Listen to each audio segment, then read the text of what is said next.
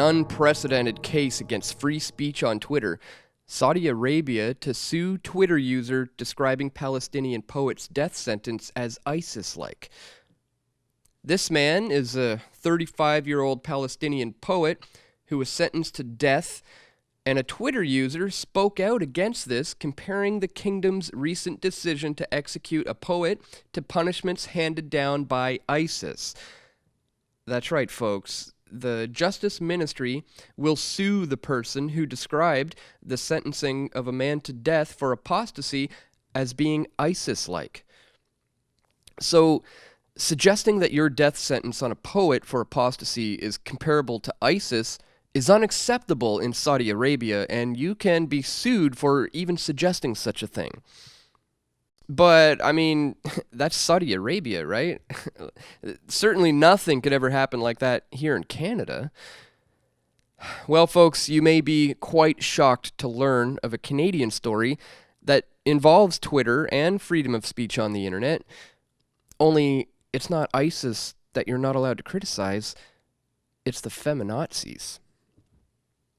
Gregory Allen Elliott has been on trial for 3 years now, and for 2 of these years, he's been completely banned from the internet, despite how his income depends on having access to the web. So, what was his crime? Well, he criticized some feminists over Twitter.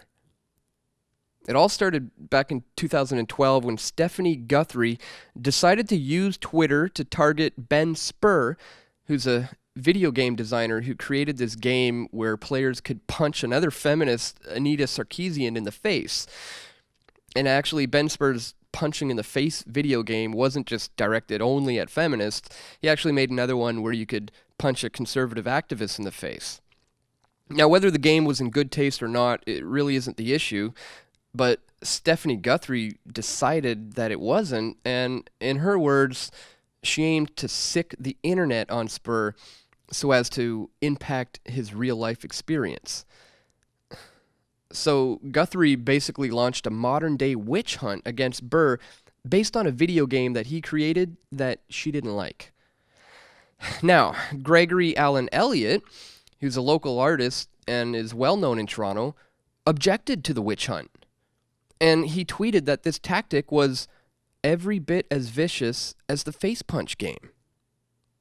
So, in November of 2012, the feminist Guthrie sued Elliott for criminal harassment based on his tweets. And she was joined by 2 other feminists in Toronto, Heather Riley and Paisley Ray. Now, despite how his tweets were in no way threatening, let alone criminal harassment, Elliott was arrested and detained and charged by the Canadian Crown by arresting officer Jeff Van Gild. Now, fortunately, he did tell the courts that there was no evidence of Elliott's tweets being threatening in any way, but for reasons I'll go over in a bit, in 2012, he went ahead and made the arrest. Now, 3 years later, Gregory Elliott is still trying to clear his name. His family's started a crowdfunding campaign to cover his legal costs because, remember folks, he was banned from the internet where he makes his money. And originally the courts wanted to jail Elliott during the duration of this trial. The Crown allowed Elliott to grant bail, but being banned from the internet, he ended up getting fired from his job as a graphic designer. So folks, this extreme cultural Marxist feminism is not just confined to the internet anymore. The Canadian legal system actually arrested and detained and put Elliott on trial. A show trial, really. I mean, this is no different from the old trials that Stalin used on his opposition, or what we're seeing in Saudi Arabia right now. The Canadian courts are really just a kangaroo court, and there is no rule of law. Now, this is because in Canadian law, criminal harassment includes being reasonably fearful of one's safety. I mean, traditionally, this is being a threat of violence, where one may have an actual reasonable case of being fearful for their safety. But the feminists have now taken this to mean tweets that they don't like. So the question is, why Elliott? Why Gregory Allen Elliott and not any of us? Well, folks, it's because of political connections. The feminazi Paisley Ray has good connections with the Toronto Police Department and also with the arresting officer, Jeff Bangild. Now, fortunately, many on the internet community have come to Elliott's rescue, raising thousands of dollars through the Freedom of Tweets campaign. Now, this may help Elliott cover his legal costs, but if he loses this case, what kind of precedent is that going to set? If the courts rule in the feminist favor, well, this could open up a Pandora's box where even videos like this one that you're listening to right now could be silenced by the Canadian legal system. And all it would take really is to offend a couple of feminists. If that's not similar to what's going on in Saudi Arabia, then I don't know what is.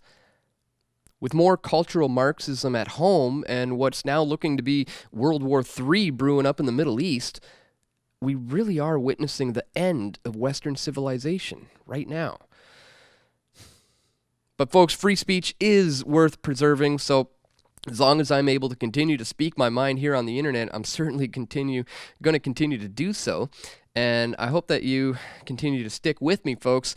Thanks for watching. Share this video and check out the links in the description for all the sources to this one, and also to where you can find out how you can support our work here at PFT by either making a donation, or you can check out the PFT shop. We have a lot of t-shirts and DVDs and stickers that you guys can get to show your support for truly independent media. So thanks for watching, guys. Subscribe to the channel. We're going to have more video reports coming very soon to pressfortruth.ca.